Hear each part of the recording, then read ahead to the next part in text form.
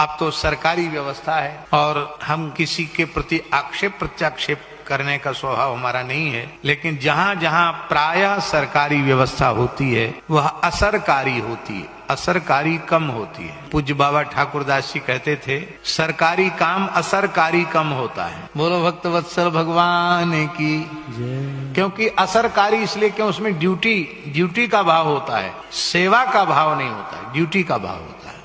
आज भी कितनी भूमि है, शायद 800-900 एकड़ भूमि हो गया, इससे भी ज्यादा भूमि है। और पहले किसी काल में गोपीनाथ जी की बहुत बड़ी गौशाला थी, अभी भी क्षीरचोरा गोपीनाथ जी की गौशाला है।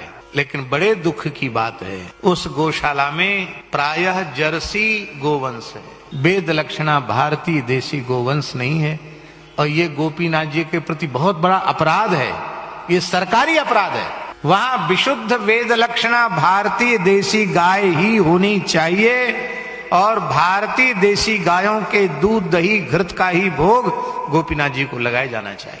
और एक बात पर और हम ध्यान आकर्षित करेंगे आप लोगों का, वो ये, हम आपसे ही पूछते, सही सही बोलना, झूठ मत बोलना। गोपीनाथ जी सामने बैठे हैं, वहां जब गाय बढ़ जाती हैं और वृद्ध हो जाती हैं, वो भले ही जर्सी हैं, जैसी भी है तैसी, फिर क्या करते हैं सरकारी लोग, क्या करते बोलो हैं, बेचने के बाद वो कहां जाती है? भैया आप लोग बोल रहे हैं, इस बात का पूरे क्षेत्र में विरोध होना चाहिए कि नहीं होना चाहिए?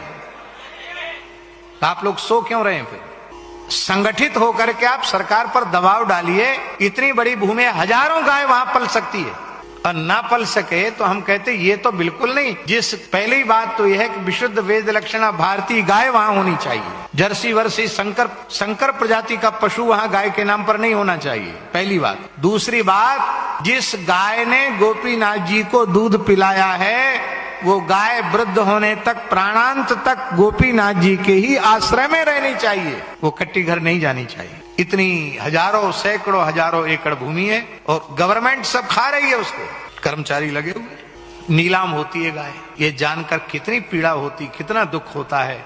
हमको ही इतनी पीड़ा हो रही है तो हमारे प्राण वल्लभ प्राण जीवन धन श्री गोपीनाथ जी को कितनी पीड़ा हो रही होगी इस बात। क्या गोपीनाथ जी इससे प्रसन्न होंगे क्या?